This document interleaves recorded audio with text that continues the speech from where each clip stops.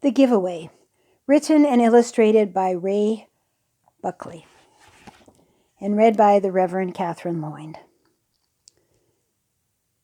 There was a grove of trees where the forest grew thick.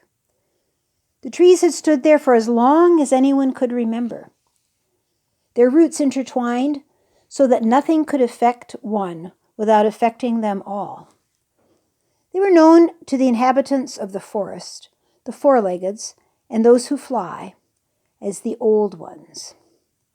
And in the middle of the Old Ones stood the oldest of them all, taller and broader than the others.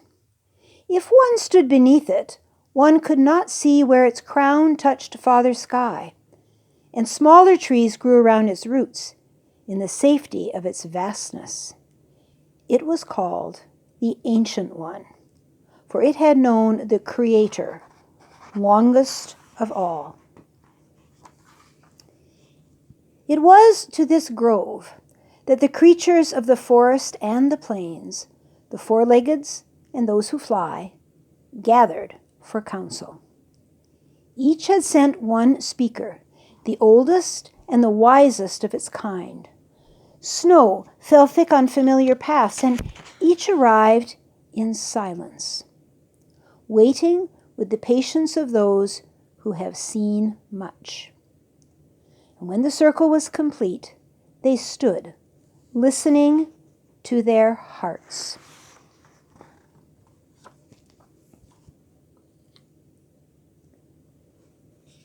They have lost their way, Whooping Crane said. There is no pattern to their journey. Snow Goose nodded in agreement. They have lost their purpose, Deer Mouse said softly. They do not gather seeds. They do not know who they are. Tatanka, the bull buffalo, dropped his head low. They take more than they need and give nothing back. They do not give away. They do not see long distances, Eagle began. They keep more than they can eat, while some are hungry. They no longer know that they are connected. They do not know that they are beautiful, Fox said sadly, her white coat blending with the snow. They decorate themselves with stones and hide their spirits. They think that power is what they can hold on to, Old Beaver pondered. They say, "This is mine," and build lodges too large so that they themselves will appear big. They must make others small so that they will look big, Bear's deep voice answered. And in the end, they must destroy themselves or others. They have lost their names and do not know who they are. Grandmother Turtle, who was the last to arrive, made her way slowly to the center of the council. She lifted her head so she could see all who gathered beneath the Old Ones. Her voice was barely audible. We must give away ourselves to them. We must speak to them with soft voices. We must remind them of who they are. She paused, lowering her head into her shell. Then suddenly, she lifted her head as high as her neck would allow. I will give them my shell, she said with certainty.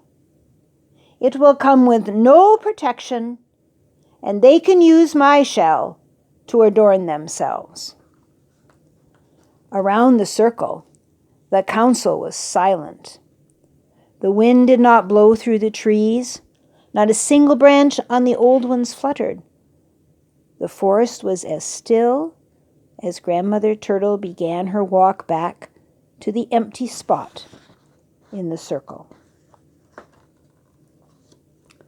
I will teach them the patterns of life, Whooping Crane said slowly. Snow Goose and I will remind them of the seasons. Oh, I will teach them to gather seeds so that no one need be hungry, Deer Mouse began. I will give them what I have stored. Eagle searched the night sky and without lowering her head said, I will give them my feathers. Perhaps if I cannot fly, they will not feel small.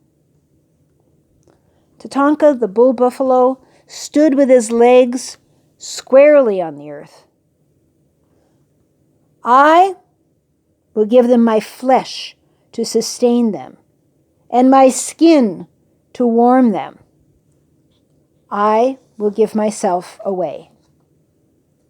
Each council member in turn rose to speak of the gift, that most costly portion of themselves, that each would give away.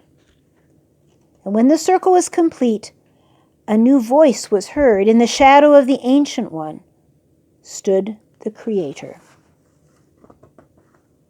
Ho, children, the Creator began softly.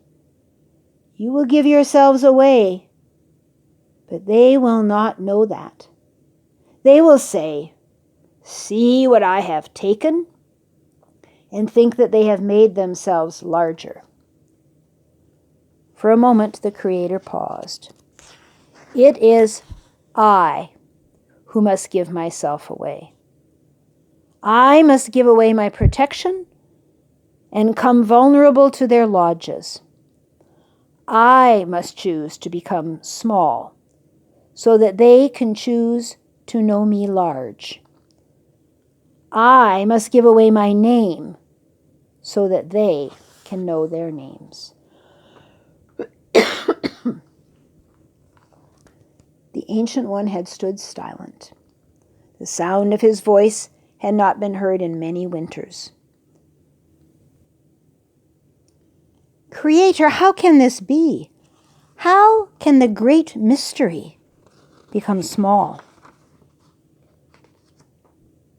The Creator stood beneath the Ancient One.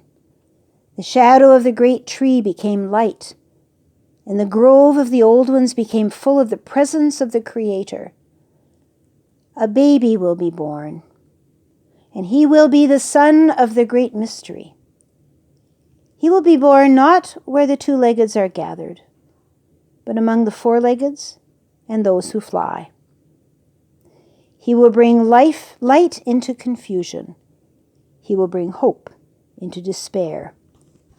He will bring love, and his name will be great. The Ancient One began to tremble, and those who fly left its old branches. The grove of the old ones moved in its quake. Creator, what can I, whose name speaks only of my age, give away to the great mystery become baby? What can I do from my grove in the forest? The Creator turned toward the Ancient One. The voice of the Creator was low. You will be his support. You will be his place of rest. You will hold his body. You will hold him up in the beginning and in the end. And the Ancient Ones wept, partly for joy and partly for sorrow.